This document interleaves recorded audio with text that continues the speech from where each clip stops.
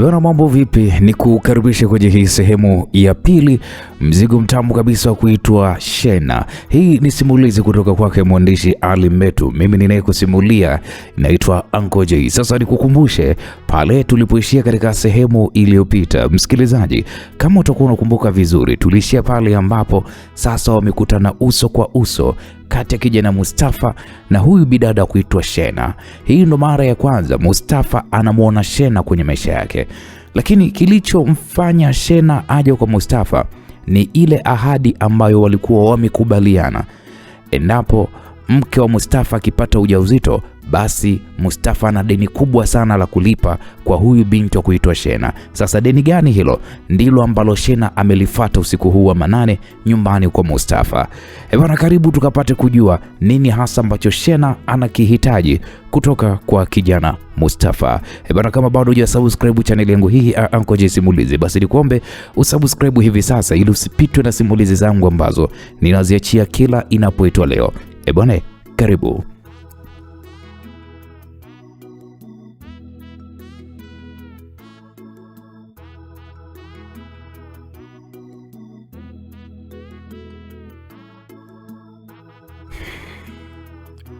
Mustafa, leo sihitaji kitu. Nataka tuzungumze kitu ili niweze kuondoka zangu. Shena, ni kitu gani unachokihitaji? Mustafa, unakumbuka nilikuahidi nini? Uliniahidi vitu vingi. Sasa sijui ni kipi kimojawapo kati ya hivyo ambavyo wewe unakizungumzia kwa hivi sasa. Ni kuhusu matatizo yako. Matatizo yangu ya kunipatia mtoto, si ndio? Ndio. Lakini mtoto sijapata bado. Kwa nini hujapata mtoto? Ni kwa sababu hatukufuata masharti yako ulotupatia. Toka mwanze kuhangaika wewe na mke wako, mke wako aliwahi kupata dalili za ujauzito? Hapana. Kwa hiyo kazi yangu mimi nimemaliza, si ndio? Shena, bado. Kwa vile mimi sijapata mtoto. Mustafa, utapata vipi mtoto wakati mke wako hataki mtoto? Kwa sasa unanisaidiaje hapo kusema ukweli? Mustafa, naomba sasa hivi unisaidie nilichokuomba. Kama kitu gani? Mimi kitu chochote kilichopo ndani ya uwezo wangu, Shena, mimi niko tayari kukusaidia. Kitu ninachokihitaji ni kipo ndani ya uwezo wako, ndio maana niko hapa kwa ajili ya kuweza kukuomba.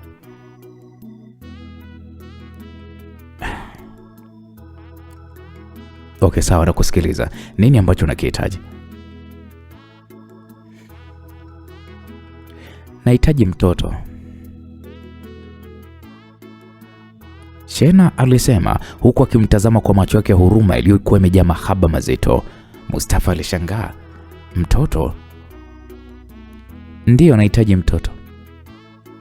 Sasa mi mtoto nitampata wapi? Unawezaje kumpatia mke wako mtoto? Lazima nikutana naye kimwili, yani tufanye hili jambo la tendo la ndoa. Basi na mimi namuhitaji kwa njia hiyo hiyo huyo mtoto. Yani unamaanisha kwamba mimi na wewe tukutane kimwili tushiriki tendo, si ndo maana yake Shena? Ndio. Kwani kuna ubaya? Lakini Shena, si unajua kwamba mimi ni mume wa mtu? Mustafa, hujawahi kutembea nje ya ndoa yako kwani?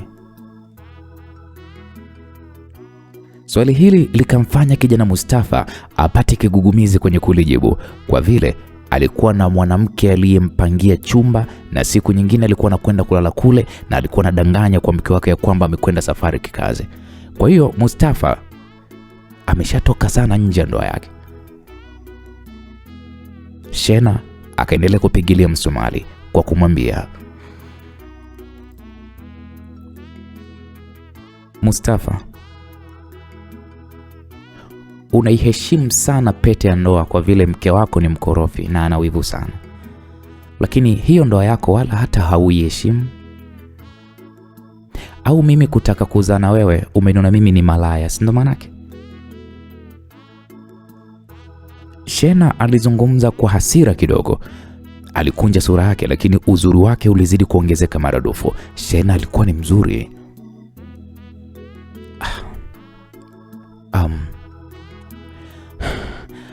Hapana Shena, hapana. Mimi sijakufikiria hivyo kabisa. Mimi sijakufikiria wewe ni malaya Shena. Sasa naomba unipatie jibu moja. Utanipatia mtoto ama ni vipi? Kwa sababu ninachokitaka kutoka kwako, nataka mtoto.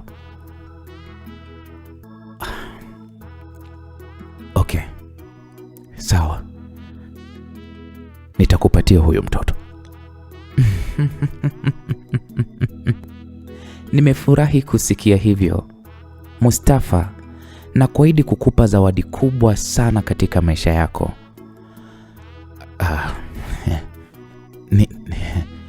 Nitafurahi sana. Na nitafurahi. Mustafa, mimi natoka mara moja, lakini nitarudi muda so mrefu. Kwa hiyo mlango wangu ni ufunge, si ndio maana? No, usifunge mlango kwa sababu narudi sasa hivi. Naam, msikilizaji, kijana Mustafa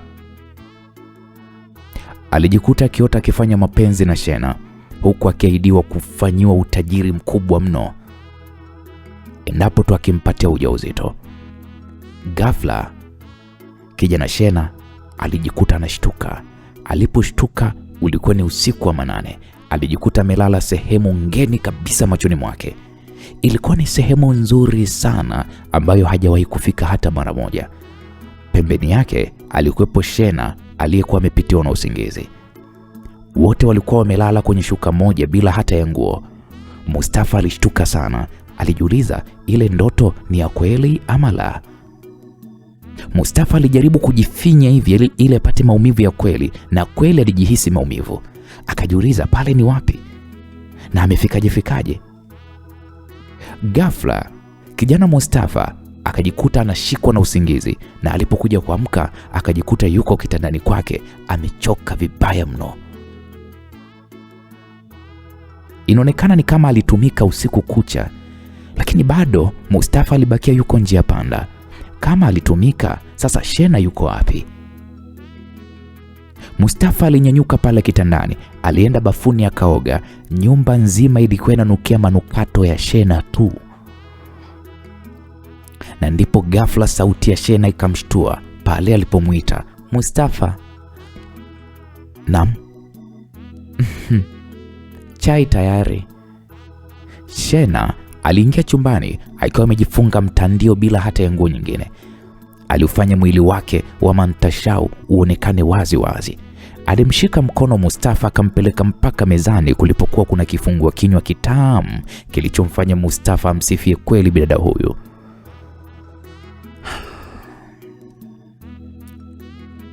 Shena, hakika Mungu amekujalia kila kitu. Amenijalia kama nini? Kama kitu gani labda? Mambo ya siri na bayana. Asante. Nioe basi niwe mke wako wa pili. Itabidi nifanye hivyo Shena. Unafaa kabisa wewe kuwa mke wangu. Wewe unajua mke wako atakufa kwa kihoro, maana mke wako ana wivu sana. Sasa itakuwaje? Na mimi nataka wewe uwe mke wangu wa pili. Mustafa, shida yangu mimi kwako ni mtoto tu. Nitakuacha na mama watoto wako. Hakuna chochote ninachokihitaji zaidi ya mtoto. Baada ya kupata ile chai, waliondoka pamoja, na Mustafa alipitia hospitalini na Shena alishukia maeneo ya mataa ya barabarani. Mustafa, naomba unishushe hapo kwenye mataa. Kweli Mustafa alimshusha na Shena alienda zake, japo hakujua ya kwamba Shena anakwenda wapi na wala hakujua Shena anakaa wapi. Mustafa alielekea moja kwa moja hospitalini kwa ajili ya kwenda kumwona mke wake. Naam, Mustafa akiwa njiani kuelekea hospitalini alikuwa ni mtu mwenye mawazo mengi sana kutokana na kila kitu kilichomtokea. Alikuwa anajiuliza, hivi Shena ni kiumbe wa aina gani? Japokuwa alikuwa ni mwanadamu wa kawaida, lakini matukio yake kijana Mustafa yalimchanganya sana. Mustafa alijikuta anachanganyikiwa. Mustafa alijikuta akiingiwa na hofu ya kila alichokuwa anakiona ambacho hakikuwa cha kawaida. Alishangaa sana uwezo wa Shena wa kuelewa vitu vingi vinavyoonekana na visivyoonekana. Alikuwa amefanya siri ambayo hata mkewe na watu wengi hawakuijua kama ana nyumba ndogo, lakini yeye aliijua bila hata ya kumwambia. Mustafa alijiuliza sana, Shena amejuaje kama yeye ana mchepuko wakati hakuna mtu yote anayejua? Sasa Shena kajuaje? Mustafa alijiuliza sana.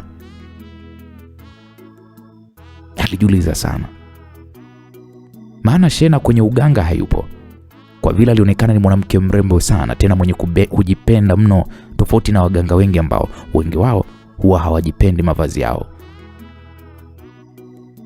Kwanza waganga wengi hawajui hata manukato, hawajui kuvaa vizuri, lakini Shena wakimtazama hivi hakuwa na huo muonekano kusema kwamba labda alikuwa ni mganga.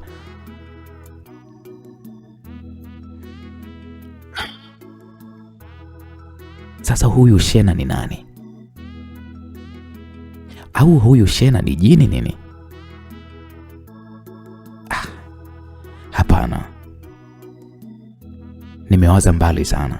Shena hawezi kuwa jini. Lakini mbona jana niliota nimelala naye sehemu nzuri sana, na nilipoamka nilijikuta nipo nyumbani kwangu? Na Shena alirudi saa ngapi? Kwa sababu aliniambia mlango ni uache wazi. Na kwa nini aliporudi hakuniamsha? Mpaka niliposhtuka asubuhi na nimejikuta nimetumika kutokana na kufanya naye mapenzi ya ndotoni. Huyu Shena ni nani?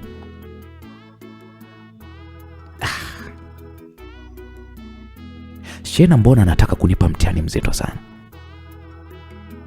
Anataka nimpe mimba, kwa hiyo nizae naye, nimpatie mtoto.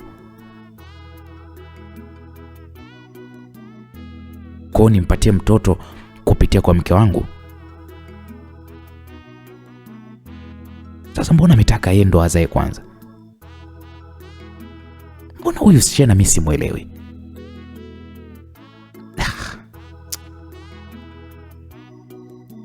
Naam, kijana Mustafa alijikuta anawaza mpaka anafika hospitalini bila hata ya kupata jibu kwa yale yaliokuwa yanamtatiza kuhusu Shena. Mustafa aliingia hospitalini na alienda kwenye chumba alicholala mkewe. Alimkuta mkewe akiwa amejiandaa kutoka, na hapo ni kwamba alikuwa amepewa ruhusa mapema sana. Mke wake alianza kwa kulalamika kwa kusema, yaani mume wangu, unajua kabisa naumwa, lakini unaniacha mpaka saizi kweli? Husna alimuuliza mkewe kwa hasira. Lakini mke wangu, hii tabia imeanza lini? Hata salamu unisalimii, unafikia tu hatua ya kunilaumu. Haya, ningekufa kwa maana ungefurahi. Ndio maana mke wangu. Ufe na nini? Kwa vile hukutaka kujua, haina umuhimu. Mimi nachotaka tu kufahamu kwamba unaendeleaje. Nisamee mume wangu, nilichanganyikiwa baada ya kuchelewa kukuona. Wivu tu uliniingia. Ulipatwa na nini mume wangu? Ulitakiwa tusalimiane kwanza, tujuliane hali na kisha ndo tuzungumze mambo mengine. Lakini wewe nakuja tu unaanza kuniparamia. Ni kweli mume wangu, naomba unisamee. Nimekosa, ni wivu tu. Wakati mwingine ni ugonjwa. Hivi mke wangu, nimekukataza mara ngapi sipendi wivu wako huo kijinga? Na kila siku umekuwa ukiniona akili yako inawaza ujinga tu mtupu. Hapo msikilizaji, Mustafa alimjia juu mkewe kwa vile alikuwa amepata hiyo nafasi. Na Mustafa alikuwa amechoka na wivu wa kijinga wa mke wake. Wivu ambao uligeuka kuwa kero, kitu kilichopelekea kuanzisha uhusiano na mwanamke ambaye mkewe alimshtumu anatembea naye. Mwanamke huyo ilitokana na kushtumiwa na mkewe kwa hisia bila hata ukweli. Na kwa hasira sasa Mustafa aliamua kufanya kweli kwa kutembea na yule mwanamke ambaye baadaye alimfanya nyumba ndogo na kumhamisha kabisa ule mtaa. Alienda kumpangia sehemu nyingine na kuendeleza mapenzi hayo kwa siri. Siri ile alijua peke yake na hata rafiki yake hakuijua kama ana nyumba ndogo, lakini Mustafa alikuja kushangaa kuona Shena anajua kila kitu.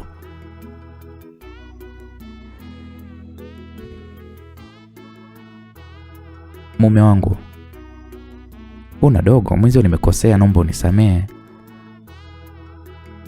Okay, sawa. Vipi lakini unaendeleaje na homa?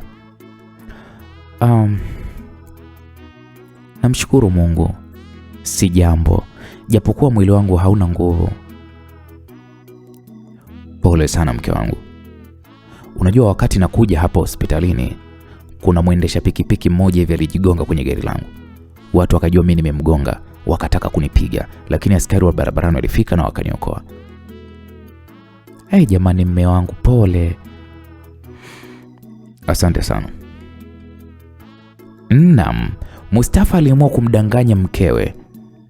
Mustafa akamchukua mkewe na kurudi naye nyumbani. Alipofika nyumbani, alijikuta akitaka kujua ni kipi kilimfanya akaidi amri ya Shena. Kwa baada ya kutulia kwa muda, Mustafa alimzungumzisha mke wake, akamwambia mke wangu, mme wangu, nataka kujua ni kipi kilichokufanya umuue mtoto wangu.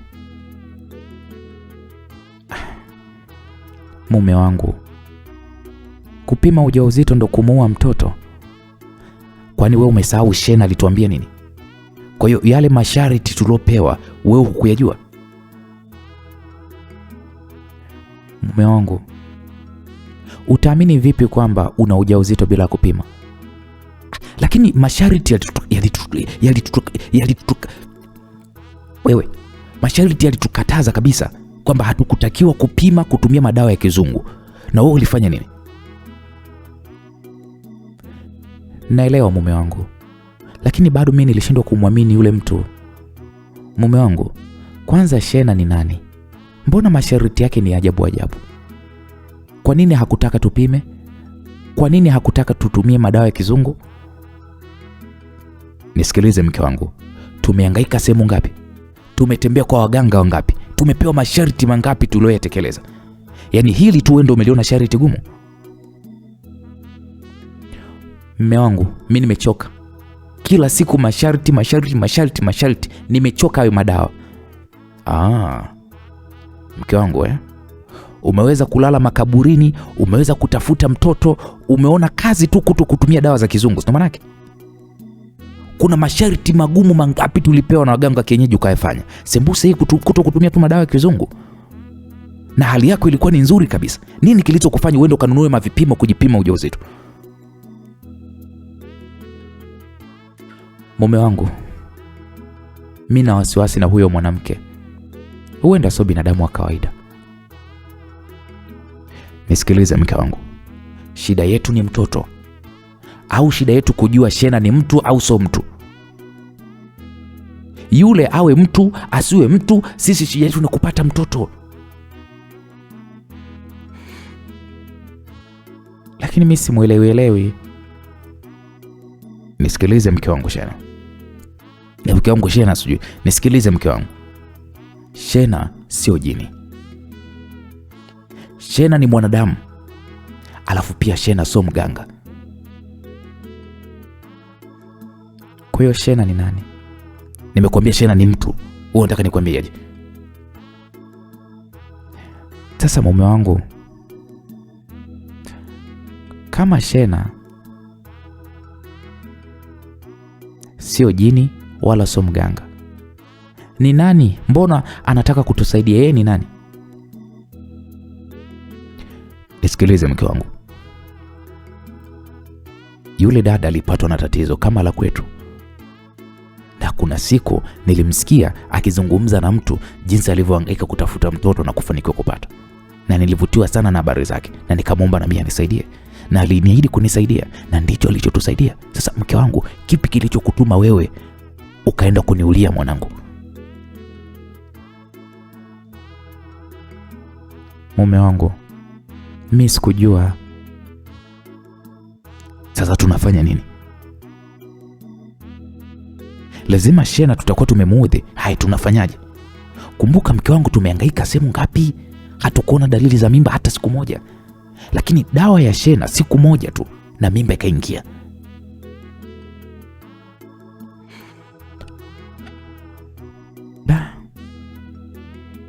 Sijui itakuwaje. Ukimwona naomba uniombee msamaha.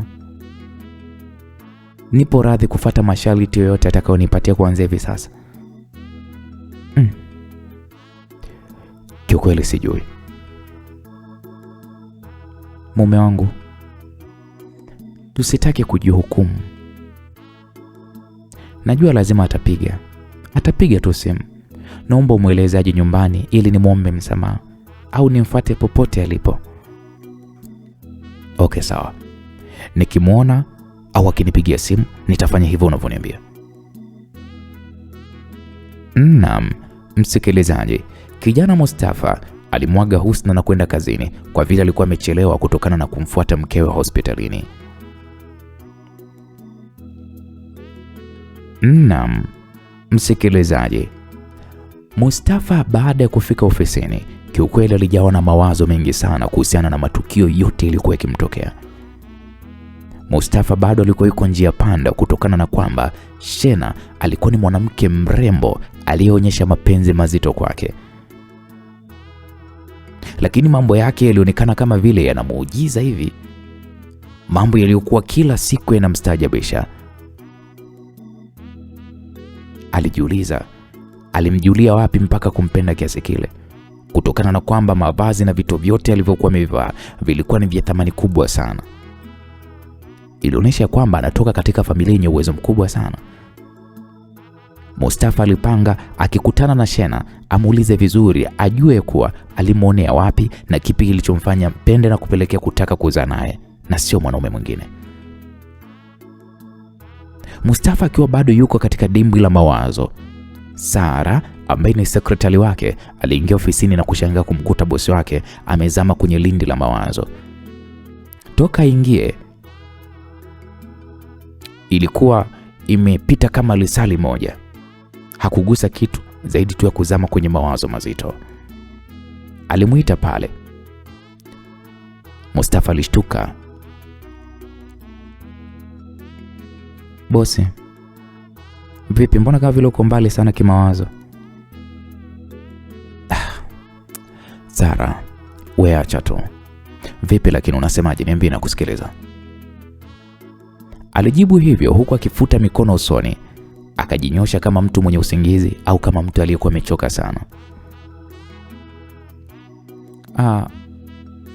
Bosi, nimekupigia simu ya mezani lakini nashangaa inaita bila kupokelewa. Naingia ndani naona upo kwenye dimbwi la mawazo. Unajua bosi, siku hizi sikuelewi kabisa na inaonekana kama vile hauko sawa. Nipo sawa. Ulikuwa unasemaje?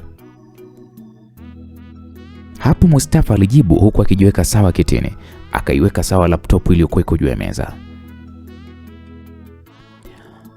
Kuna mgeni wako bosi. Akili yangu haijakaa sawa. Hebu mwambie huyo mgeni arudi baadaye, kwa sasa hivi sihitaji kuongea na mtu yoyote.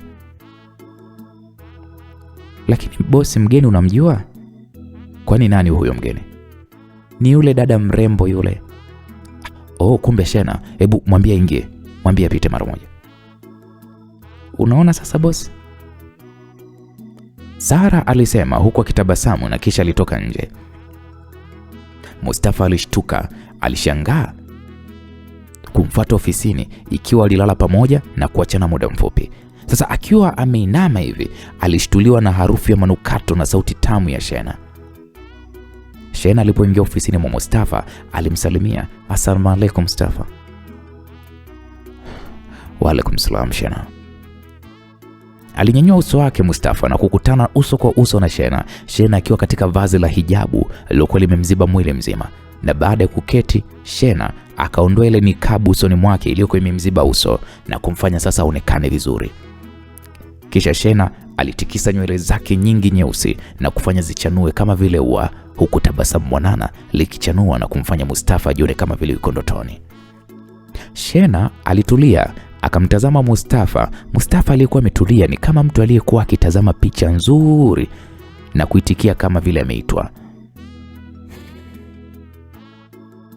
Abe mpenzi. Shena aliitikia bila hata ya kuitwa, kitu ambacho kilimshtua Mustafa na kumuuliza, we Shena, mbona unaitikia? Mimi mbona sijakuita? Mustafa, unataka uniite mara ngapi? Shena alimtazama Mustafa usoni, huku macho yake makubwa kidogo ya kusinzia yaliyokuwa yamepakwa wanja na kufanya zidi kupendeza. Hakika Shena alikuwa ni mrembo wa warembo. Haki nani, mimi nakwambia ukweli Shena, mimi sijakuita. Mustafa alijitetea kwa kuamini toka aachane naye hajapiga simu wala kuonana naye.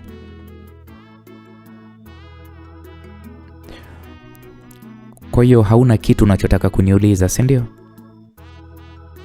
Shena alimuuliza Mustafa huku akiwa amemkazia macho ambayo yalizidisha uzuri wake.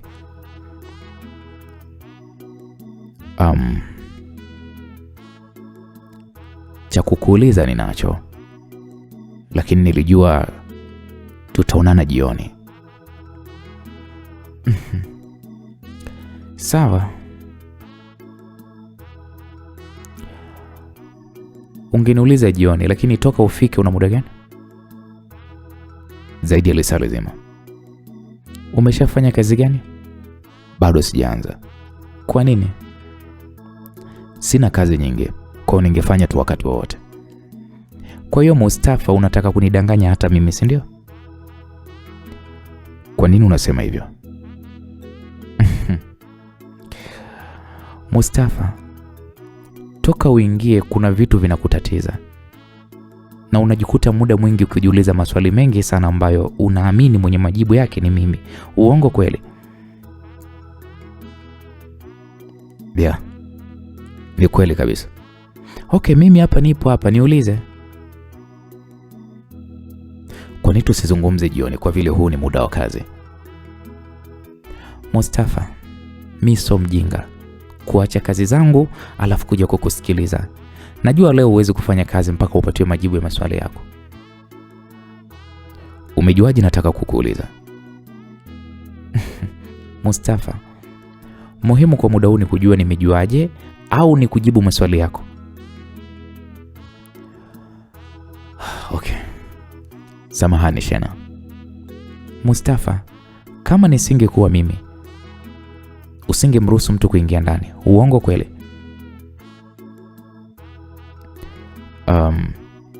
Kwa baadaye lazima ningeweza kuwaruhusu. Kwa hiyo niondoke? Hapana. Unajua kuna kitu ambacho kimenifresha sana leo, ambacho nimepanga kukuzawadia, lakini nimeona kabisa Mustafa unataka kuniudhi. Shena, samahani kama nitakuwa nimekukosea, lakini naamini wewe ni mtu wa muhimu sana kwangu. Na ndio maana niko hapa. Kuna mengi ya kukuuliza, lakini nashindwa nianze na lipi nimalize na lipi. La mkeo, eh? Umejuaje kwamba la mke wangu?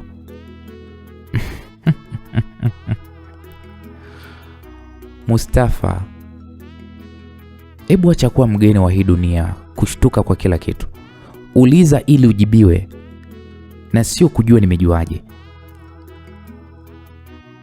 Msikilizaji, Mustafa alizidi kumshangaa huyu bidada Shena. Shena inaonekana kuyajua yaliyojificha moyoni mwa Mustafa.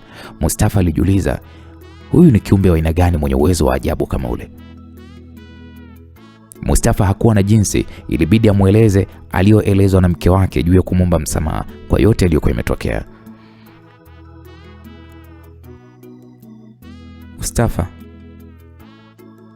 nimemsamehe mke wako kwa vile nakupenda. Lakini mke wako ana kiburi sana. Masharti mengi amekuwa akiyavunja na matokeo yake mnatumia fedha nyingi sana na nguvu nyingi sana bila ya mafanikio. Sasa unatusaidia nini Shena? Unataka msaada wangu upi? Bado tunataka mtoto. Mmechelewa. Kivipi tumechelewa? Unakumbuka nilikuambia nini? Shena, tumeongea vitu vingi. Kimoja wapo ni kuhusu kupata mtoto. Lakini si ulisema utanipa mimi kwanza ndo nikupe wewe mtoto ama? Ni kweli, lakini makosa mke wako yamefanya mambo yabadilike. Kivipi yani? Zoezi la mimi kupata mtoto nimelianza usiku wa leo. Sasa tatizo nini? Tatizo hatuwezi kushare watu wawili kupata mtoto. Kwa vile wewe sasa hivi una mbegu moja baada ya kwanza mkeo kuiharibu iliyokuwa ya kwake. Kwa hiyo unataka kuniambia kwamba na wewe hapo ulipo ni mjamzito kwa sasa ama? Hapana. Kwa nini sasa hukupaka dawa wakati dawa wewe unaijua ya kupata mtoto? Nisikilize Mustafa. Mimi ni tofauti na huyo mke wako. Lazima nilale na wewe mwezi mzima mfululizo. Tukiachana hata siku moja tu tumeharibu dozi. Na muda huo wote wa mwezi mzima unatakiwa usikutane na mke wako. Sasa yani inawezekana vipi nilale mwezi mzima na wewe nisilale na mke wangu? Yaani mwezi mzima kweli nisilale na mke wangu kweli? Akinitaka sasa nitafanyaje? Wala usihofu. Hawezi kukugusa mpaka mwezi uishe. Sawa. Nina imani swali moja nimekujibu. Ni vema ukauliza swali lingine. Nafikiri hili ndilo la umuhimu. Mengine hata sio muhimu sana. Mustafa, yote ni ya umuhimu. Na niko hapa kukufanya uwe huru na kuondoa wasiwasi wote ulionao. Anyway, hivi Shena, tulionana wapi kabla? Na kipi kilichokuvutia kwangu kupelekea unataka kuzana mimi? Umewaacha wanaume wengi wasiokuwa na wanawake, lakini umeningangania mimi. Hapo msikilizaji, Shena kabla ya kujibu kwanza alicheka kidogo na kisha alitabasamu huku aibu ya kike ilikuwa ikimtawala. Alianza kuchezea kucha. Akapeleka vidole mdomoni. Mustafa alitumia muda ule kuusanifu uzuri wa Shena. Hata Mustafa mwenyewe alishangaa kuona kwamba Shena amepatwa na kaibu fulani hivi kutokana na lile swali ambalo alikuwa amemuuliza. Shena, kama swali langu limekuudhi na kuomba unisamehe, naweza nikabadili swali. Hapana. Sio hivyo. Swali lako uliloniuliza lazima nikujibu kwa vile tu niko hapa kwa ajili ya kuondoa wasiwasi moyoni mwako. Mustafa, huwezi kuamini. Nimekupenda kwa muda mrefu sana. Hata kabla wewe hujawa na Husna. Mapenzi yangu hayajaanza leo. Ni muda mrefu sana nimekuwa nakupenda. Katika maisha yangu nilitamani uwe mume wangu. Lakini kuna vikwazo ambavyo vilisababisha nichelewe kukueleza ukweli wa moyo wangu. Bahati iliyo mbaya, nilipata safari ya ghafla. Niliondoka bila hata kukueleza dhamira yangu. Huenda ungeweza kunisubiri. Niliporudi nilikuta tayari umeoa. Lakini sikuwa na jinsi zaidi tu ya kutaka hata nipate angalau ukumbusho wa sura yako. Na ndio maana nikataka kuzaa na wewe.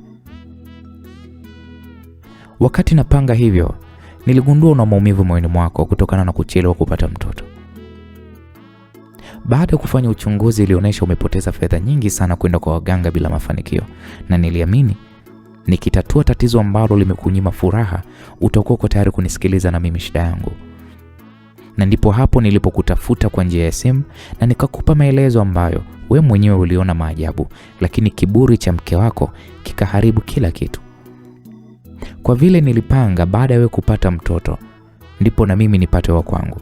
Basi baada ya mkeo kuvuruga ratiba, itabidi unipatie kwanza mimi ujauzito, na ndipo nikupe dawa ya kutafuta mtoto mwingine ambaye mkeo anatakiwa kuwa makini. Kosa lingine litamfanya awe tasa na hatozaa mpaka anaingia kaburini. Mustafa, kama nilivyokueleza, mapenzi yangu kwako hayakuanza leo, bali ni muda mrefu sana. Tumeonana sehemu nyingi, lakini inaonyesha umenisahau. Unakumbuka siku moja tulikutana ukitoka kufanya usahili, ambapo ulikuwa ni mnyonge baada ya kujua umefanya vibaya, na nilikueleza ya kuwa pamoja na wewe kufanya vibaya, lazima jina lako litachaguliwa kati ya majina 5 na utabakishwa jijini Dar es Salaam. Najua ulishangaa, lakini baada ya muda ilitokea kama nilivyokueleza. Unakumbuka ulikutana na nani akakueleza habari zile? Naam, msikilizaji, maneno yale yalimfanya Mustafa kwanza ashtuke. Akarudisha kumbukumbu nyuma miaka 8 iliyopita. Siku aliyokwenda kufanya usahili wa kazi, ambapo walitakiwa watu 5 katika watu 100 waliokuwepo. Katika watu waliofanya vibaya katika usahili ule, yeye pia alikuwa ni mmoja wapo. Mustafa katika maswali 10 yaliyoulizwa, alijibu maswali 3, hata nusu hakufika. Hata waliokuwa wakiwasili walimkatisha tamaa baada ya kumweleza kwamba hakuweza kufika nusu, tofauti na wenzake zaidi ya 70 waliotangulia. Mustafa hiyo siku aliondoka akiwa hana matumaini, lakini alipotoka nje ya ofisi ile alielekea nyumbani, aliitwa na msichana aliyekuwa amevalia hijabu iliyokuwa imemziba mwili mzima na alikuwa anaonekana macho tu. Na hiyo siku alimwambia Mustafa, "Naam." Hapo Mustafa aligeuka na kumtazama. "Pole." "Ya nini?" "Ya kufanya vibaya kwenye usahili wako." "Wewe umejuaje?" "Mbona umeniangusha? Kwa nini umeshindwa kujibu maswali yale mepesi?" "Yaani hata mimi mwenyewe sijui."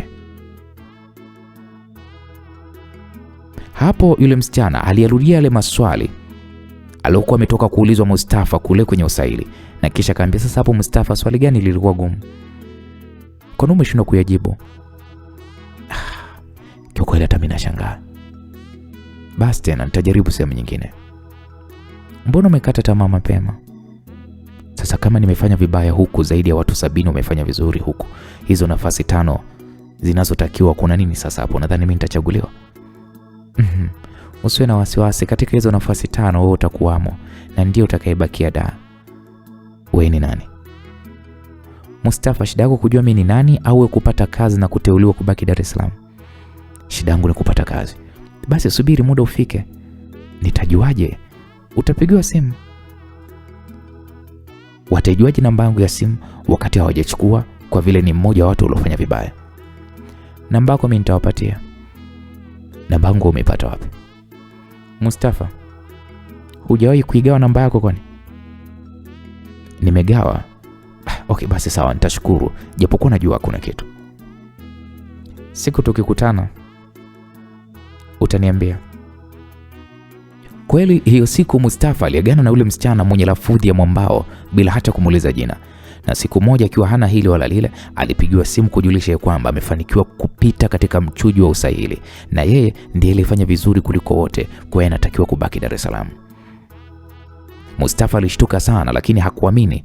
Aliona ni kama vile watu wanamchezea akili. Na siku ya pili kweli alikwenda ofisini kujaribu, lakini alipotaja jina lake alikaribishwa pale na kujaza fomu ya kuajiliwa, na wiki iliyofuata alianza kazi kwa kupewa ofisi na sekretari pamoja na mshahara mzuri. Lakini Mustafa yote hayo alishayasahau. Kama kuna mtu alimueleza taarifa ya kuwa atapita kwenye usahili na atabaki jijini Dar es Salaam, japokuwa alikuwa amefanya vibaya mno. Furaha kupata kazi ilimfanya asitumie muda kuwaza ili kuaje mpaka kapita. Na msichana yule aliyejuaje yote haya? Kwa Mustafa alitulia, alivuta kumbukumbu zake, kisha akateremsha macho kumwangalia Shena. Akaamini kabisa kwamba ndiye yeye. Kwa lafudhi aliyoitumia, japokuwa alimuona macho tu, lakini aliamini kabisa ndiye msichana aliyemtabilia mambo ya ajabu, na kweli alipata kazi. Mustafa ilibidi akiri kwa kumwambia Shena, "Ise kweli nimekumbuka." "Kweli nini?" "Shena, nimekumbuka kila kitu." "Hivi Shena, ulijuaje kwamba mimi nitapata kazi wakati nilikuwa najua kabisa mimi kwenye usahili nimefanya vibaya?" Leo sio siku ya kuiongelea hayo, lakini nitakueleza.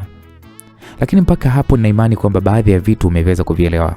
Kama una swali lingine niulize. Swali lingine nilitaka kujua, wewe unakaa wapi? Katika familia yenu mpo wangapi? Kwa sasa unajishughulisha na nini? Wewe ni mganga au wewe ni nani? Mbona unaonekana kama vile unatabiri mambo? Ninapokaa sio rahisi wewe kukuelekeza mpaka twende pamoja. Na katika familia yetu tupo watu hao watatu. Wote ni wanawake. Mimi ni mtoto wa mwisho. Na swali lako la mwisho, mimi sio mganga wala mimi sio mnajim, ila Mungu amenipatia uwezo wa kuyajua matatizo ya mwenzangu. Kwa nini huwezi kupata ujauzito kwa mara moja kama mke wangu? Dawa ya haraka nilikuwa nayo moja tu ambayo nilimpatia mke wako. Hii nilionayo sasa hivi inachelewa. Kwa vile nami nina hamu ya mtoto, sina jinsi, lazima nitumie njia ya muda mrefu ili niweze kupata mtoto. Lakini kitu kingine, unajua mimi sijawahi kulala nje ya nyumbani kwangu. Sasa nitafanyaje? Mustafa, mbona unakuwa mwongo? Wewe nyumba ndogo huwa unalala nayo nyumbani kwako kwani? Najua wasiwasi wako Mustafa, kulala nje ya nyumba yako mwezi mzima. Nitalala na wewe mwezi mzima huo hapo hapo nyumbani kwako, hapo hapo kitandani kwako. Sasa na mke wangu atakuwa wapi? Atakuwepo ndani. Nisikilize Shena, siwezi kufanya mimi jambo hilo ndani kwa mke wangu akiwemo. Itakuwa ni kumdhalilisha, itakuwa ni kukosa heshima, itakuwa ni kukosa adabu. Mustafa, naomba unisikilize. Wewe kila siku, naomba ukilala usiku wakati mnataka kulala, hakikisha wewe unachelewa kulala. Usikubali hata siku moja mkeo akukute kitandani. Mkeo akishalala utaingia bafuni kuoga na utajipaka mafuta nitakayokupatia. Usipande kitandani, hakikisha mlango wako umeurudisha bila kuufunga, au dirisha usilifunge ili nikija nisipate tabu ya kuingia ndani. Ukishapanda kitandani usilale na nguo ya ndani. Lakini pia hakikisha mke wako analala ukutani. Wewe lala katikati ya kitanda, mimi nikija nitalala mwanzoni mwa kitanda. Mpake mkeo mafuta kichwani alafu kisha lala. Nitayaweza kweli hayo? Mbona kama masharti magumu sana? Mbona unanipa mtihani? Kwa nini tusio tunakutana hoteli alafu tunamalizana huko hoteli? Alafu niwe narudi tu nyumbani kulala? Kwa nini unataka tushiriki ile tendo chumbani kwangu alafu mbele ya mke wangu? Mustafa, kutafuta kwangu mtoto natakiwa kupata dozi mara 3 kwa usiku mmoja. Hivyo ni lazima nilale na wewe usiku. Unamaanisha dozi ya kivipi? Sijakuelewa. Yaani saa 6 lazima tukutane kimwili, saa 9 usiku tunakutana kimwili, na saa 11 alfajiri. Unaweza kulala nje? Shena, mbona unanipa mtihani mgumu? Kwa sasa mimi nakuwa kama punda. Yaani nakutana na wewe mwezi mzima na kila siku tunakutana mara 3. Sasa mimi nitakuwa na muda gani wa kupumzika? Lakini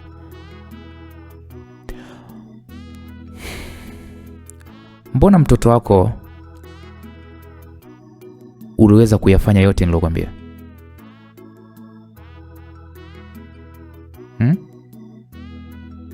Kwa masharti yangu mimi ndo unaona magumu. Si maana kwa sababu nataka mtoto kutoka kwako eti? Alafu kama niliweza kubadili matokeo ya usaili wako ili upate kazi, hivi ningekamatwa ningekuwa wapi?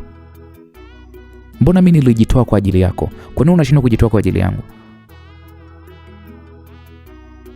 Hapo bidada Shena alimuuliza kijana Mustafa akiwa amemkazia macho, huku sura ya uzuri iligeuka kama mzee mpaka Mustafa mwenyewe akawa anaogopa.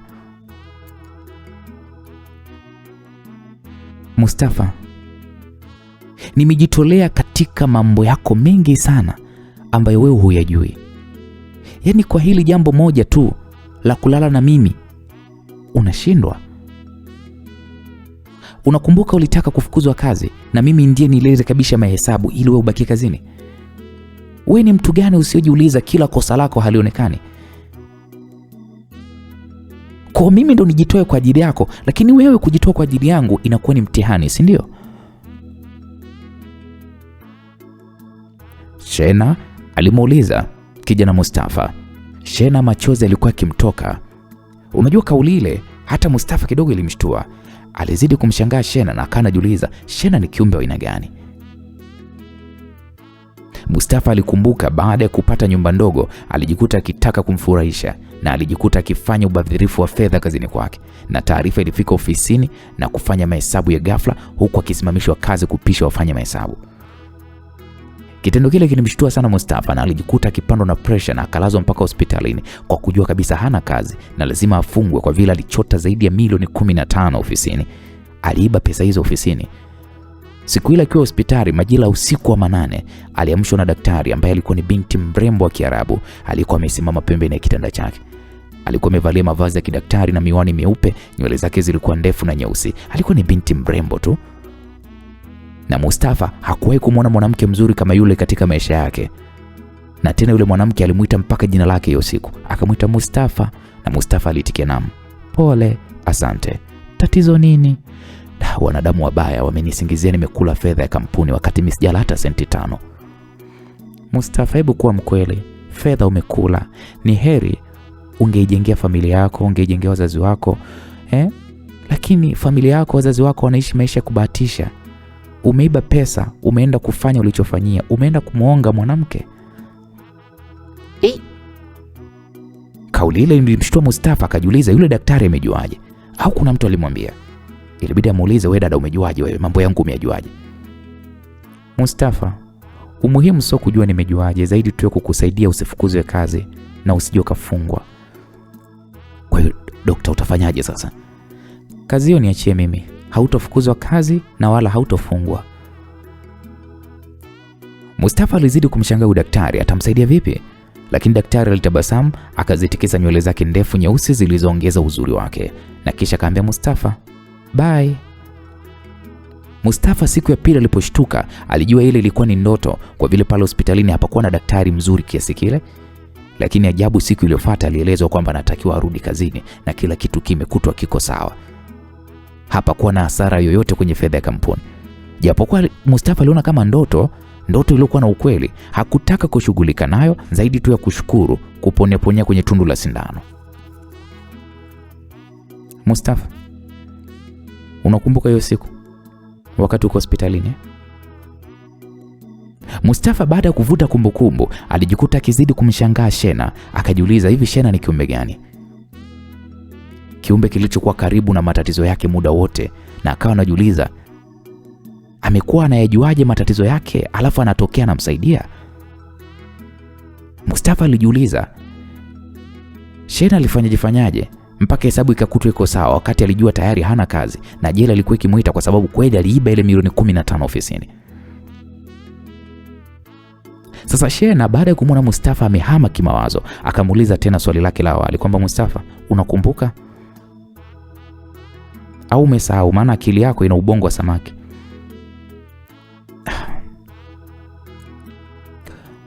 Nakumbuka kila kitu. Uliiba hela ama hukuiba? Ni kweli niliiba pesa. Unajua ni kwa nini ulibakia kazini? Hapana, sijui. Hukujiuliza uliporudishwa kazini wakati ukijua kabisa umefanya makosa? Kwa kweli nilipitiwa kwa hilo. Mustafa, wewe ni mwanadamu gani usiyejiuliza kwamba unakwenda kama mnyama tu, yani hujiulizi chochote? Yaani kiukweli hata sijui nikwambie nini ili uweze kunielewa. Inaonekana hata ukipewa kitu wewe hujui kusema asante, si ndio? Shena, ukisema hivyo utanionea. Kwa vile mazingira yake yalikuwa ni kama vile muujiza au kitu cha ndotoni. Hata wewe baada ya kunifanyia ulitakiwa ujitokeze na kunieleza ili nijue kwa kukushukuru. Ungejitokeza ungeniambia ni wewe ulionisaidia. Basi ndio unatakiwa kujua kwamba yote hayo niliyafanya kwa ajili yako. Kama nilivyokueleza, nilipata safari ya ghafla na pia nilitaka kujitokeza muda mwafaka kama huu. Kwa ulifanyaje mpaka mambo yote ukawa unayasolve? Leo sio siku yake umuhimu kuyazungumzia hayo. Kwa nini hili langu tu dogo hutaki kunisaidia? Hujiulizi kuna wanaume wangapi, lakini nimekuchagua wewe, nimekupenda wewe? Nakuuliza Mustafa, kwenye hii dunia wanaume wako wangapi? Kwa nini sijataka watoto kutoka kwao na nimekutaka wewe ndo unizalishe mtoto? Hata hilo pia umeshindwa kujiuliza? Naam, Shena alimuuliza Mustafa huku machozi yakimtoka na kuyafanya macho yake kuwa ni mekundu na kuongeza uzuri wake kama njiwa manga. Okay, basi sawa. Nitajitahidi kufanya vile unavyotaka, japokuwa unanipa mtihani mzito sana Shena. Sio mtihani kama unavyoona. Hebu jaribu leo afu utaniambia. Fanya yote nilokuelekeza, kama mkeo atajua basi mimi navunja mapenzi na wewe. Lakini Shena, mimi sitaki kukupoteza. Hapo Mustafa alichanganywa na uzuri wa Shena. Basi kama utaki kunipoteza, fanya nilokuambia. Nitafanya kwa sababu nakupenda Shena. Hapo Shena alifurahi, alienda kumkumbatia Mustafa akampiga mabusu moto moto. Mustafa, katika siku ulionifurahisha ni leo. Yaani leo umenifurahisha kuliko siku zote. Mustafa, ukizaa na mimi nitakupa zawadi kubwa ambayo hukuwahi kuiota kwenye maisha yako. Nitashukuru sana.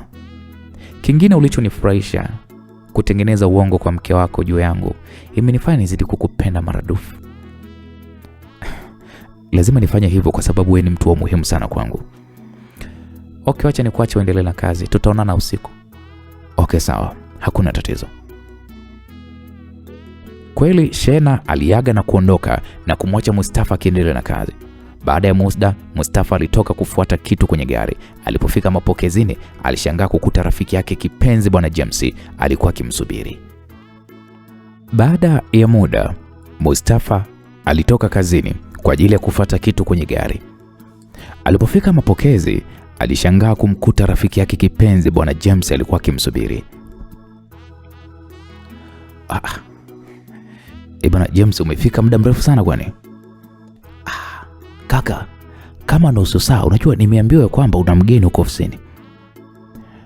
Bwana, mbona mgeni mimi ametoka muda mrefu sana? Bosi, mgeni ametoka, kapita wapi? Jamani, sikapita hapa au ulipita na usingizi Sara? Bosi, hatujamwona mtu. Mgeni mwenyewe labda ujini labda, lakini sisi hatujamwona mtu hapa. Sara alisema jina ambalo siku zote lilikuwa limekaa mdomoni mwake, na jina hili lilikuwa linamchefua sana Shena, na alipanga atamkomesha hii tabia yake ya kumuita jini. Shena alipanga usiku kabla ya kwenda kwa Mustafa aanze kwanza kwa Sara ili amkomeshe achane na kumfuatilia mambo yake. Nisikilize Sara, mimi sitaki tena kusikia ukitamka hilo jina. Siku hizi ni kama vile umenizoea sana, eti si manake. Yaani unasema lolote mdomoni mwako unalopoka tu pasipo kujali kwamba mimi ni nani kwako, si ndio? Hapo Mustafa alimfokea sekretari wake ambaye ni Sara. Ilikuwa ni mara ya kwanza Mustafa kukasirika toka aanze kazi miaka 7 iliyopita. Hii siku Mustafa alikasirika sana. Bosi samani. Sara alijishtukia huku uoga ukimtawala. Nisikilize Sara, katika siku ulioniudhi ni leo. Umeniudhi sana. Una bahati tu kwamba nina mgeni, lakini ningekufuta kazi sasa hivi. Mustafa alisema kwa hasira mpaka povu likamtoka mdomoni. Bosi, naomba nisamee. Mimi nilisema kwa utani tu, sikujua kama nitakuudhi kiasi hiki. Nitamalizana na wewe baadaye. Ngoja nizungumze kwanza na mgeni wangu. Kaka, kwani tatizo nini mpaka unakwazika hivyo? James, tuzungumze yetu. Huyu mimi nitamalizana naye. James ilibidi anyamaze kwa vile hakujua chanzo cha Mustafa kukasirika vile kilitokana na nini. Siku zote alimjua ni mkimya na mpole. Waliingia ofisini huku Mustafa akiwa bado ana hasira, na kabla kuzungumza alinama kwanza kwa muda kuonesha kwamba Sara amemuudhi sana. Wa best, kwani vipi? Kipi kimekukwaza namna hiyo ndugu yangu?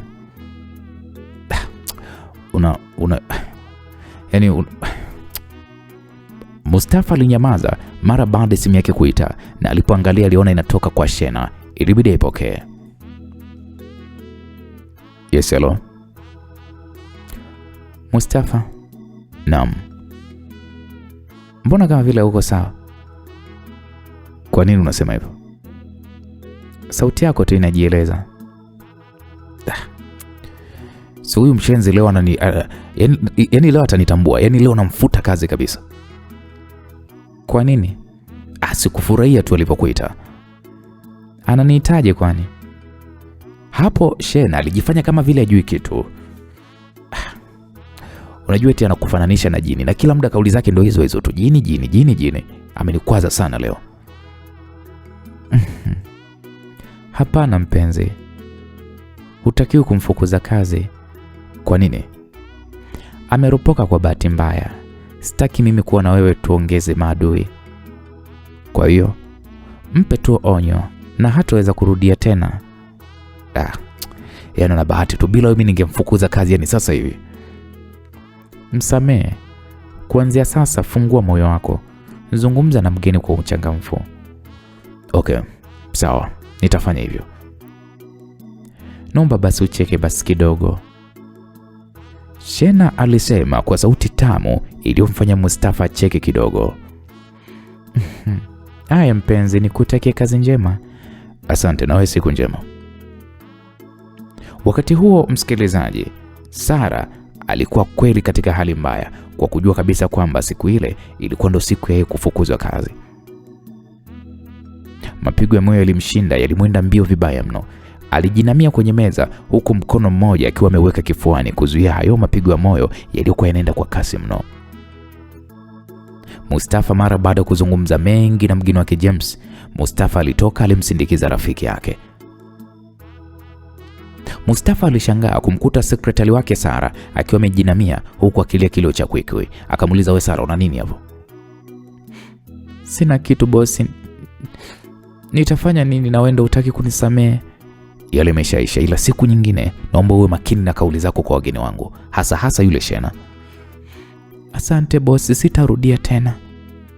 Sara alitaka kumshika miguu bosi wake, lakini Mustafa akamwahi, akamshika na kisha akamnyanyua juu. Naam, msikilizaji, majira ya usiku, Mustafa alikumbuka maelekezo aliyokuwa amepewa na Shena. Alimwacha mkewe atangulia kitandani na yeye akabaki sebuleni akijifanya yuko busy na laptop yake. Mkewe alimshangaa mumewe siku ile kuwa busy vile, wakati alimwambia hawezi kufanya kazi za ofisini akiwa ameshafika nyumbani. Baada ya kumsubiri mumewe kitandani kwa hamu kubwa sana, alishangaa kuona mumewe haji. Alitoka mpaka sebuleni na alimkuta pale akijifanya kama yuko busy na laptop yake. Ilibidi mwanamke huyu aanze kusema, mume wangu, imeanza lini yani hii tabia, muda wa kulala unaanza kazi? Nisikilize mke wangu, kuna kazi nilitakiwa na lazima niifanye baada ya kufika, lakini nilisahau kwa siwezi kulala bila kuifanya, ili asubuhi nikifika kazini basi niifanye kazi nyingine. Mume wangu, lakini si ni wewe uliyesema baada ya kazi ni nafasi yangu? Lakini ni kweli mke wangu, uko sahihi, lakini hii imetokea kama dharura. Haya, sawa. Hasa mimi na hamu na wewe, itakuwaje? Kauli ile ilimchanganya sana Mustafa, na alijiuliza itakuwaje kama mkewe atatangulia kukutana naye kimwili kabla hata ya Shena, wakati alielezwa kabisa kukutana na mkewe ni mpaka mwezi upite. Mustafa alipata wazo la kumwambia mkewe asubiri ili avute muda wa kumfanya mkewe apitiwe na usingizi. Akamwambia, mke wangu, hebu nivumilie basi kwa muda huu, nikimalizia kazi nakuja. Sawa, lakini mme wangu, kumbuka nilijiandaa leo kwa ajili yako tu. Ya, naelewa mke wangu. Hebu kuwa na subira, namalizia tu hapa kazi mara moja na kuja chumbani. Na mimi nakaa hapa sebuleni. Nasubiri mpaka umalize kazi tukalale. Mimi leo nina hamu na wewe.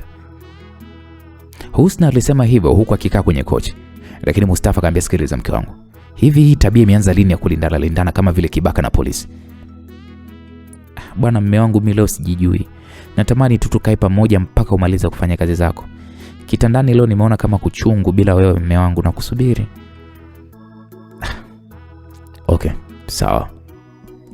Mustafa ilibidi tu akubali kishinga upande. Lakini Mustafa alishajijua tayari anaanza kukosea masharti ya Shena. Mkewe kweli alijilaza kwenye kochi. Alimtazama mumewe aliyekuwa akijifanya yuko busy, lakini hapo Mustafa kichwa kilikuwa kinamgonga vibaya mno kutokana na kwamba mkewe alionekana kama vile anajua nini kinachotakiwa kufanyika. Yaani utadhani labda mkewe aliushtukia mchezo. Muda ulikatika bila ya mkewe kuonesha dalili hata za kulala. Mustafa baka akajiuliza sasa atafanyaje ili mkewe akalale ili Shena aje ndani. Alipoangalia saa ukutani ndio ilikuwa saa 6 kasoro za usiku. Na alishakubaliana na Shena saa 6 kamili usiku ndo wanakutana. Mustafa alijikuta nakosa raha kabisa. Alijikuta akitamani kulala kwa sababu na yeye pia kichwa kilishaanza kuwa kizito kwa usingizi. Wakati akiwa anawaza yale, mkewe macho alikuwa ni makavu, yani mkewe hakuonesha dalili zozote za kulala, huku macho yakiwepo kwenye runinga tu. Mustafa alijifanya kama anatoka nje kumtazama Shena kama atakuja ili amuwai amueleze kwamba bwana siku ile hali ilikuwa ni mbaya, wafanye kesho yake. Japokuwa alijua atakuwa amemharibia dozi na aliamini zoezi alilolitaka Shena lilikuwa ni gumu kutekelezeka, na hasa kulifanyia nyumbani kwake, tena chumbani kwake na kitandani anapolala na mkewe akiwepo. Kilikuwa ni kitu kisichowezekana. Yaani kwa kile kawaida ni kitu ambacho kilikuwa kiwezekani. Jamaa akafunga laptop yake, akanyanyuka huku akijinyosha kidogo na kumfanya mkewe aseme afadhali tu umemaliza hizo kazi zako, yani leo hata sijielewi. Jinsi nilivyokuwa na hamu na wewe, imekuwa kama siku yangu ya fungate. Husna alisema huku akijeka vizuri kwenye kochi hili ili aweze kunyanyuka. Mustafa akamwambia nakuja mke wangu. Mustafa alisema huku akielekea nje. Mke wake ilibidi amuulize, wewe mume wangu siku wote huu unakwenda nje kufanya nini? Sasa mke wangu, hayo maswali gani sasa tunaulizana? Mume wangu, kukuuliza kwani kuna ubaya gani? Mimi mkeo nataka haki ya kukuuliza chochote. Lakini nimekuambia nakuja, sasa shida iko wapi? Si nimekuambia nakuja. Mustafa alionekana kama amekasirika hivi. Akafungua mlango akatoka nje. Alimwacha mkewe akirudi kujilaza kwenye kochi kwa ajili ya kumsubiri mumewe. Mwanamke siku hiyo alibisha haendi kulala, anataka kalale na mumewe. Mustafa ile ilimshangaza sana kwamba leo mkewe kawaje. Alijiuliza sana, au amejua kinachoendelea nini usiku ule. Mustafa alitoka nje kwa kuamini lazima kwa muda ule Shena atakuwa amefika nje. Wakati akiwaza hayo, Shena alikuwa amefika muda mrefu sana na aliyaona yote hayo yakitendeka, na jinsi Mustafa alivyokuwa akiteseka, jinsi mkewe alivyogoma kwenda kulala, na jinsi alivyokuwa anashindwa kutimiza yale masharti waliokuwa wamekubaliana. Na hiyo siku inaonekana mkewe alikuwa anamtaka sana Mustafa kimwili.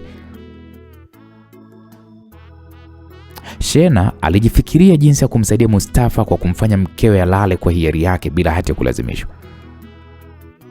Shena alifurahi baada ya kumwona Mustafa akitoka nje. Alijua ametoka kwa ajili ya kumtafuta ili kumpa hali halisi ya ndani.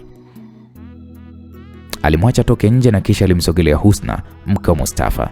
Alimpuliza usoni na kisha akakaa pembeni.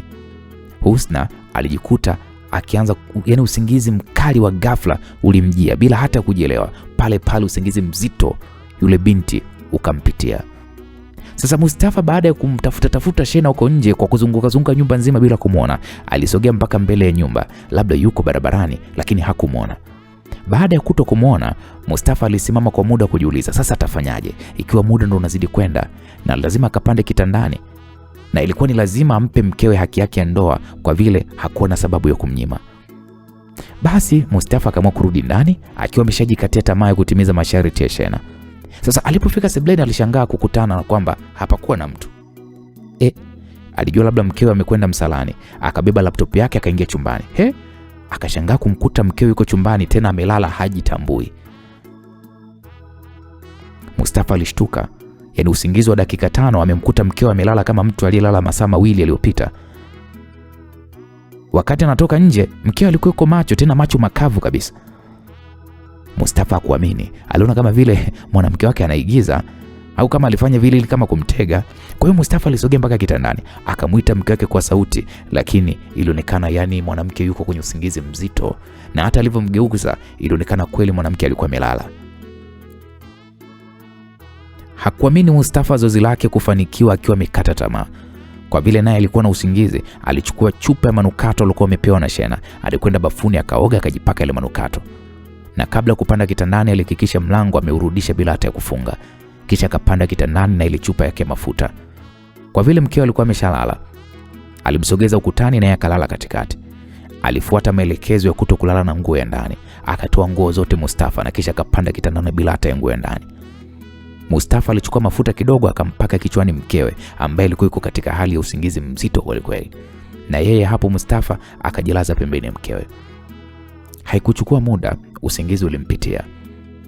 Katikati ya usiku aliamshwa kwa kubembelezwa, na alipofumbua macho alimwona Shena amesimama pembeni ya kitanda akiwa amejifunga mtandio mwepesi, mtandio ambao ulikuwa umeonyesha mwili wake mzuri uliokuwa hauna hata kitu. Mustafa alijikuta anaita Shena. Mustafa alishtuka. Akataka kuongea kwa sauti, lakini Shena akamwambia shh. Shena alimkataza Mustafa asiongee sauti yoyote. Shena akautoa ule mtandio aliokuwa amejifunga, akautupa pembeni, kisha akapanda kitandani, akajilaza pembeni ya Mustafa. Mustafa ambaye alikuwa akitetemeka, jasho linamtoka. Alijiuliza sasa mkewe huko akiamka akimkuta yuko na mwanamke mwingine kwenye kitanda chake hiko atamwambia nini mkewe? Sasa Shena ile hali aliiona ya kwamba Mustafa alikuwa anatetemeka vibaya mno. Shena akamwambia sikiliza Mustafa, wasiwasi wako nini? Shena, mimi nakupenda lakini unanitia kwenye matatizo. Hebu naomba uniamini.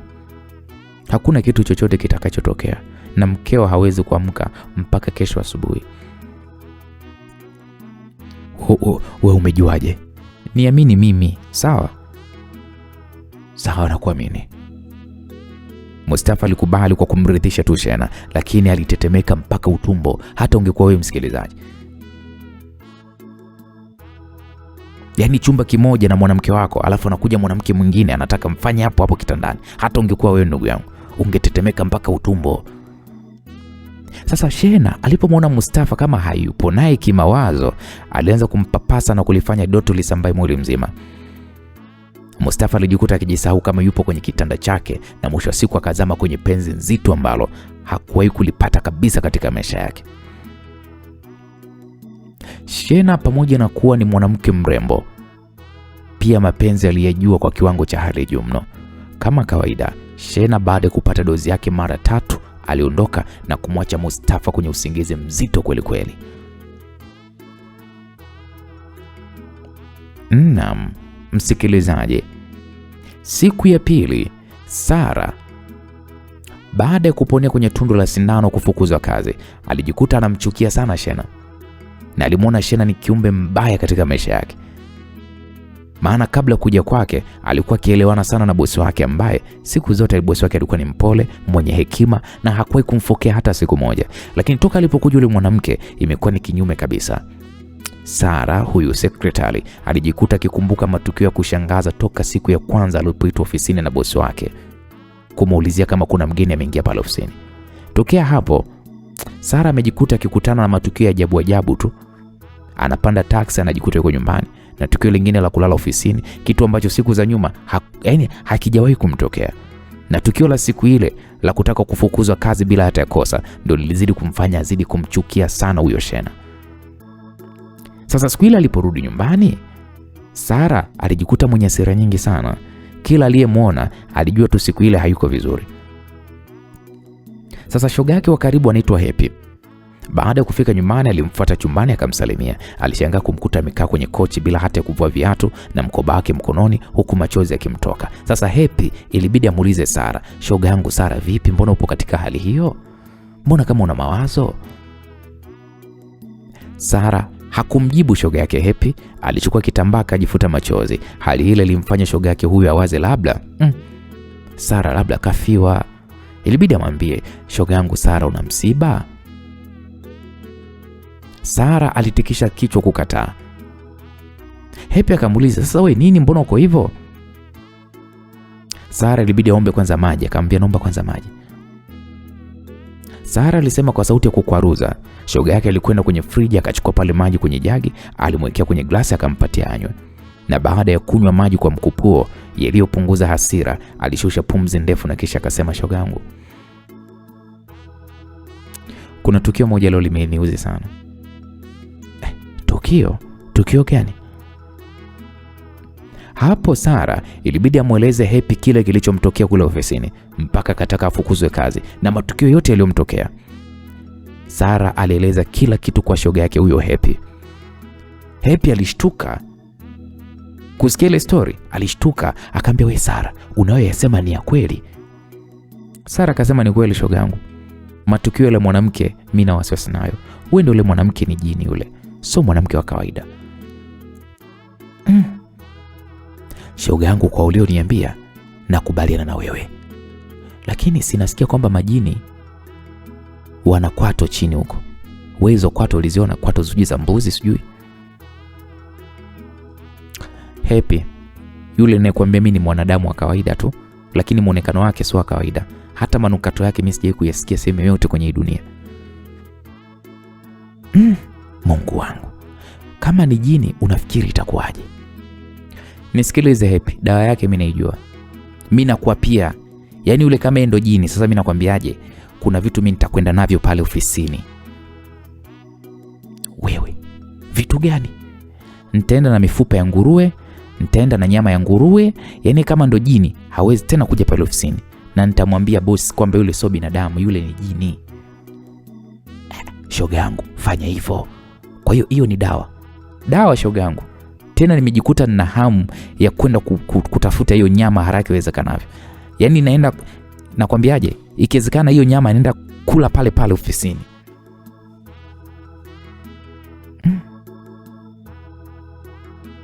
We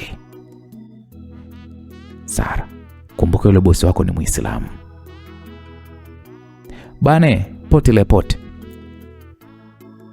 mimi nachotaka tu yule sana jifanyie mjanja huyo jini sijui, yani pale asiingie.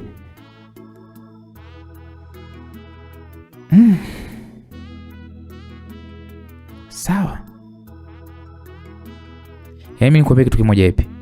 Bora hata nimezungumza nawe kidogo, hasira zangu zimepungua. Na kwa pia mimi nakwambia lile, mimi nitamkomesha, wewe subiri uone. Kwa hiyo unaamini kabisa utamweza? Nitamweza, wewe subiri. Mimi sio nakwambia subiri. Kweli Sara alijitapa kweli huku akivua viatu, akabadilisha nguo, akaelekea bafuni kuoga. Na alipanga akitoka kuoga aende kwa Macha kununua hiyo mboga. Na alitaka agize kama nusu hivi kilo, sijui kilo, yani mradi tu akamkomoe Shena. Sara alikuwa anaamini kabisa Shena lile ni jini, sio binadamu la kawaida. Basi akaoga pale haraka. Sara alipotoka kuoga alijifuta pale maji, akajifunga upande wa kanga, nyingine akajifunga kwa juu hivi, akachukua noti ya shilingi 10,000 akatoka kuelekea kwenye hiyo baa fulani iko maeneo jirani wanauza hiyo nyama, akaenda. Msikilizaji, tukirudi upande wa Mustafa alipokuja kushtuka kutoka usingizini, Mustafa alijishangaa na jikuta yuko kitandani na mkewe, lakini Shena hakuwepo. Alipoangalia saa ukutani ilimuonyesha ni saa 11 kasoro alfajiri. Sasa Mustafa, wasiwasi wake ulikuwa ni labda ameamka na kwenda bafuni kuoga kabla ya kuondoka. Kwa alimka haraka pale kitandani, akana mtazama mkewe ili asiamke mkewe muda ule kabla hajajua Shena yuko wapi. Mustafa akaenda bafuni, akamwangalia Shena hayupo. Tafuta hakuwepo. Alikwenda mlangoni. Mlango ulikuwa umerudishwa lakini ulikuwa hujafungwa. Kwa mpaka hapo akajua kwamba Shena ametoka. Kwa vile muda ulikuwa bado, akarudi kitandani. Alipojilaza, bwana, usingizi ulimchukua mpaka aliposhtuliwa na mkeo kukiwa kumekucha kabisa. Alipofumbua macho kulikuwa kumekucha. Ilibidi sasa Mustafa anyanyuke kwa ajili ya kuelekea bafuni kuoga. Na alipotoka kuoga alikuta mkewe alikuwa ameshamwandalia pale kifungua kinywa.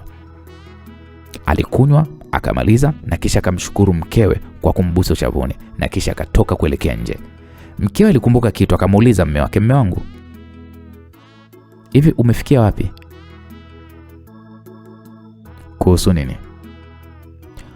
Kuhusu Shena. Kwani bado hujawasiliana naye? Alinipigia na nilimweleza. Alisema kwamba kiburi kimekujaa na hizo dharau zako ndo chanzo cha kuharibika kwa mambo yote yale. Na ameapa kama utaendelea na hizo tabia zako chafu, utakufa bila hata mtoto. Mume wangu muongo wewe, amejuaje kama ina tabia chafu? Hapo Mustafa alimweleza mkewe kila alichoelezwa na Shena na kilichosababisha ashindwe kushika ujauzito. Husna mwenyewe alichanganyikiwa, siri zake zote kuwa nje na alijikuta akitaka kumjua huyo Shena ni nani. Alijiuliza Shena ni kiumbe gani anayejua mambo yake ya siri kiundani kabisa, ambayo hakuna mtu mwingine aliyekuwa akiyajua zaidi ya yeye na moyo wake tu. Sasa akiwa bado katika dimbwi zetu la mawazo, Mustafa alimuuliza mke wake, lipi la uongo kati ya hayo nilokuambia? Mume wangu, huyo Shena kiboko, kayajuaje haya yote? Si kujua kwa nini anayejua mambo yako. La umuhimu kujua ni kwa nini natumia fedha na nguvu wakati mwenzangu huna ushirikiano kwenye hayo. Hapo Mustafa alitoa hasira zake zote kwa mke wake baada ya kuonesha hakuna ushirikiano kabisa katika kutafuta mtoto.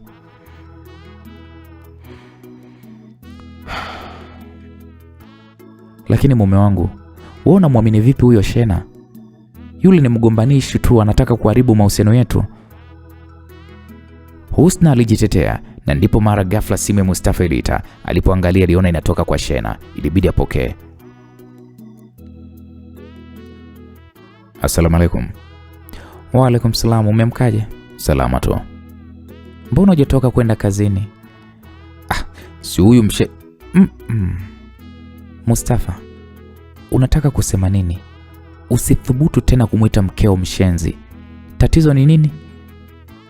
Sauti ya Shena ilikuwa ni kali kidogo, iliyomkata kauli Mustafa. Si. Mustafa, na kuamini. Kwa nini unataka kuharibu mambo? Tatizo la mkeo umeshalijua. Unatakiwa uzungumze na mke wako kwa sauti ya upole kuliko kuzungumza kama wahuni. Samahani, nilipandwa na jazba. Mpe simu mke wako niongee naye. Hapo kweli Mustafa alimpatia simu mkewe aliyekuwa anatoka na machozi, huku akiamini ndoa yake imekalia kutikavu baada ya siri zake zote kuwa nje kutokana na kiburi chake cha kutokufuata masharti ya kupata mtoto, wakati mumewe alikuwa amepoteza fedha nyingi mno. Mwanamke huyo alipokea simu katika sauti ya kilio, huku akiwa na donge moyoni baada ya kujua yule ndiye mbaya wake, hata kama akiachia yule ndiye mchawi wake. Halo. Assalamu alaykum. Wa alaykum salam. Vipi, mbona unalia? Hapana. Ni hivi, yaliyopita imepita. Kama kweli unataka mtoto, hebu unatakiwa uache kuacha mambo ya kijinga. Kuchanganya dawa za uzazi utakuwa ni mgumba. Wa kulia tu.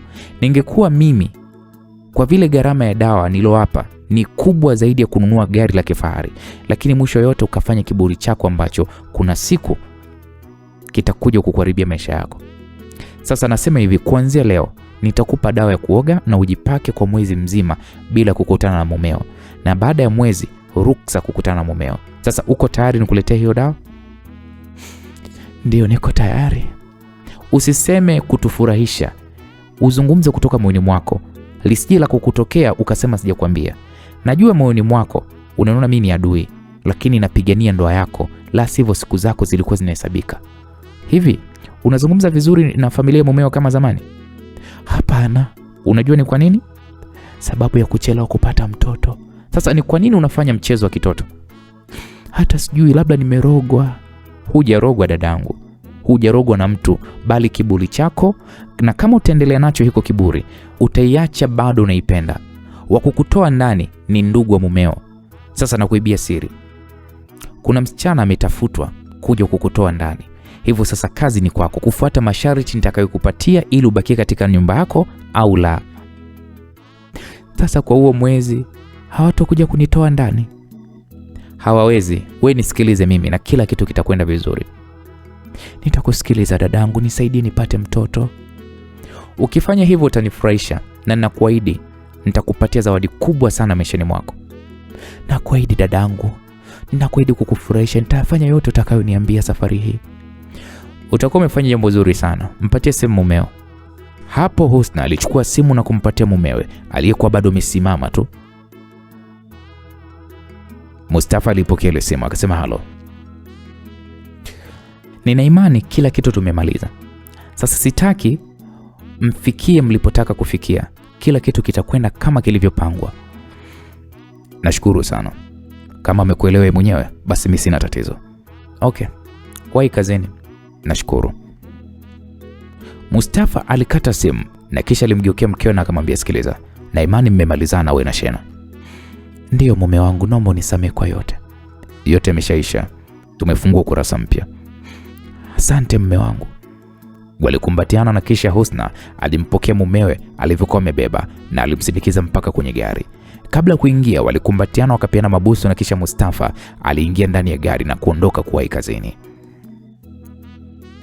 Mustafa alikwenda moja kwa moja mpaka ofisini. Alishangaa kuikuta ofisi haijafunguliwa kwa vile toka ile siku Sara alipochelewa ofisini.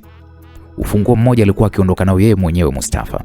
Kwa akafungua ofisi akaingia ndani, ambapo alikuta ofisi imejaa vumbi, uchafu kutokana na kutokufanywa usafi. Mustafa alijiuliza, Sara amepatwa na nini mpaka muda ule hajafika ofisini? Aliingia ofisini akaika vitu vyake na kisha akatoa simu yake akampigia simu Sara iliyopokelewa na mwanamke upande wa pili. Halo. Yes, hello, unazungumza na nani? Mi Happy. Sara yuko wapi? Alitoka jana kufuata chakula, lakini ajabu mpaka kuna kucha hatujamuona. Sasa amekwenda wapi? Hata sisi tunashangaa. Kibaya zaidi hata simu yake hajachukua. Okay, sawa. Hapo Mustafa alikata simu. Alijikuta anachoka. Alikaa kwenye kochi lake huku akijua na mawazo ya kujiuliza, Sara atakuwa amekwenda wapi? Sasa akiwa katika mawazo, alisikia mlango wa ofisini ukigongwa. Alijua ni Sara ndiye anayefika. Akasema, ingia. Mustafa alisema kwa sauti. Mlango ulifunguliwa. Na aliyetangulia kuingia, kwanza ilitangulia harufu nzuri ya manukato alokuwa ameyazoea.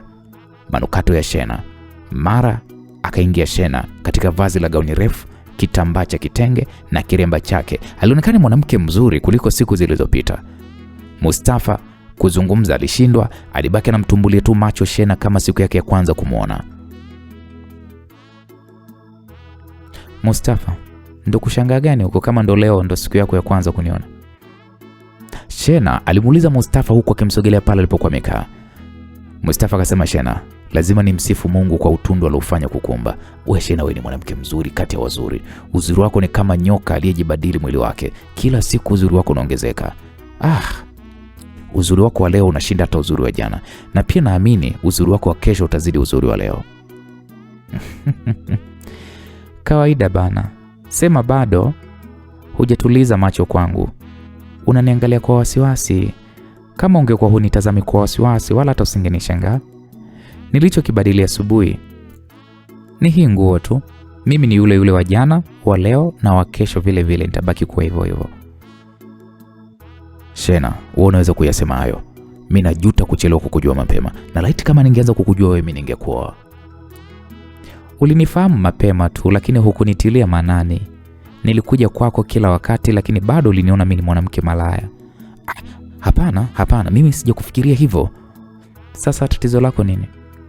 Nina wasiwasi wenye fedha zaidi yangu wanaweza kaniibia. Kwani nipo wapi siku zote wakunyang'anye leo?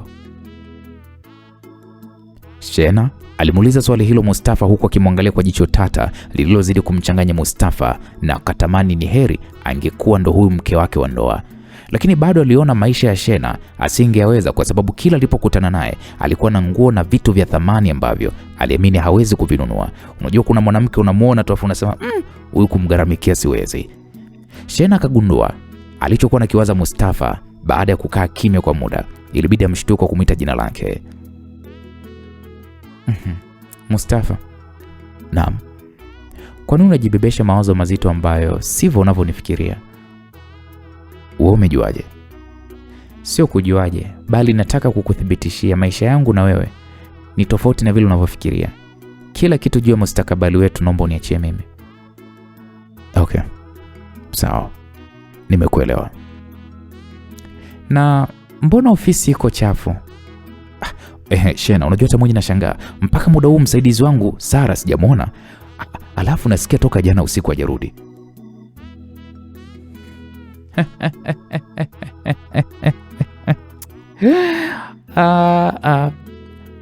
Vipi, mbona unacheka kama vile unajua kinachoendelea? Wala, nimecheka tu. Unajua Shena, yani nimechanganyikiwa. Ngoja kwanza nimuite mlinzi ili afanye usafi. Wala, kazi hiyo nitaifanya mie, wala hata usijali. Hapana Shena, utachafuka. Hii kazi atafanya mlinzi. Kwani mimi nikifanya hiyo kazi kuna nini? Shena, utajichafua bure. Wakati watu kuifanya hiyo kazi wapo. Basi leo hiyo kazi mimi nitafanya mimi. Naomba unipishe mara moja. Okay, sawa basi niko nje pale kwa mlinzi mara moja. Okay, hakuna tatizo. Kweli Mustafa alitoka nje na kumwacha Shena ofisini.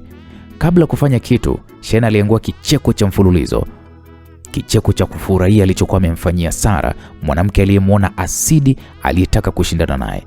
Na kisha akajishika kwenye paji la uso, akatulia kwa muda. Mara vijakazi watwana kutoka huko ujinini walipiga magoti mbele ya Shena na kisha wakamuuliza kwamba mwana wa mfalme wa jini la bahari ya dhahabu, una shida gani unayotaka tukufanyie? Shena akasema, nataka baada ya muda mfupi ofisi yote iwe safi kuliko siku zote. Wakasema, hewala mwana wa mfalme, tumetia agizo lako. Wale vijakazi na watwana waliingia katika kazi ya usafi ambayo ilichukua dakika 3 tu. Kila kitu kilikuwa safi. Kila kitu kilibadilishwa, yani kulikuwa mapazia mazuri, yani ofisi ilipendeza maradufu. Baada ya kufanya usafi, wale vijakazi wakapiga magoti mbele ya Shena, wakasema, mtukufu mwana wa mfalme wa jini la bahari ya dhahabu, tumemaliza kazi na kama kuna kasoro tupo tayari kwa adhabu yoyote kutoka kwako. Shena akasema hapana na waamini. Wakasema asante mwana mfalme. Shena hakuwa na shida kukagua kwa kuamini majini walikuwa wanajua kufanya usafi kuliko mwanadamu. Shena akasema, nimefurahi kwa kazi yenu nzuri, mnaweza mkaondoka. Kufumba na kufumbua macho, wale vijakazi na watwana walitoweka, wakamwacha Shena na furahia hali nzuri ya kupendeza ofisi. Alitoka nje akamwita Mustafa aliyekuwa akizungumza na mlinzi. Mustafa alikwenda ndani. Alipoingia, Mustafa alishangaa. Ofisi yake ilibadilika kila kitu. Mpaka Mustafa mwenyewe ilibidi aulize, we, hii kazi umeifanya muda gani? Hii kazi umeifanya peke yako Shena? Kwani umeona nani kanisaidia?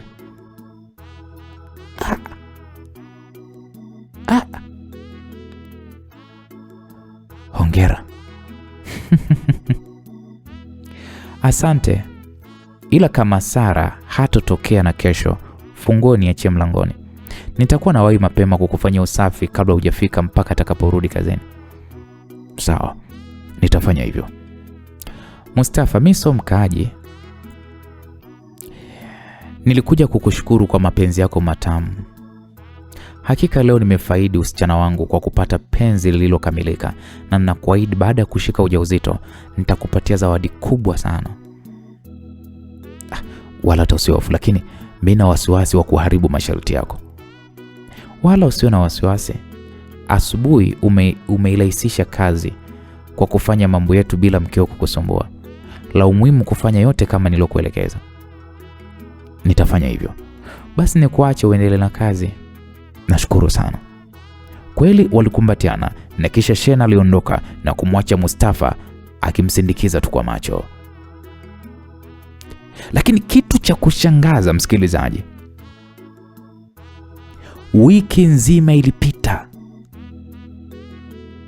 Sara hakuonekana.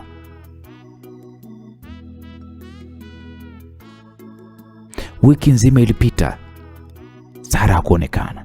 Sasa swali tunajiuliza, Sara yuko wapi? Sara kimemkuta nini? Wiki nzima ofisini hajaonekana, maskini ya Mungu. Aliitaka vita na Shena. Mungu wangu, sijui kakutwa na nini.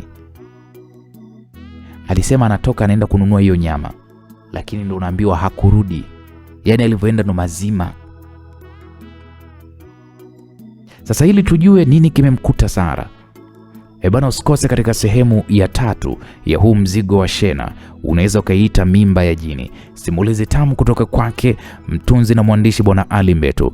Mimi niliyekusimulia naitwa Uncle J. Katika sehemu ya 2 hapa ndio tumefika mwisho. Tukutane katika sehemu ya 3. Niseme asante na kwaheri.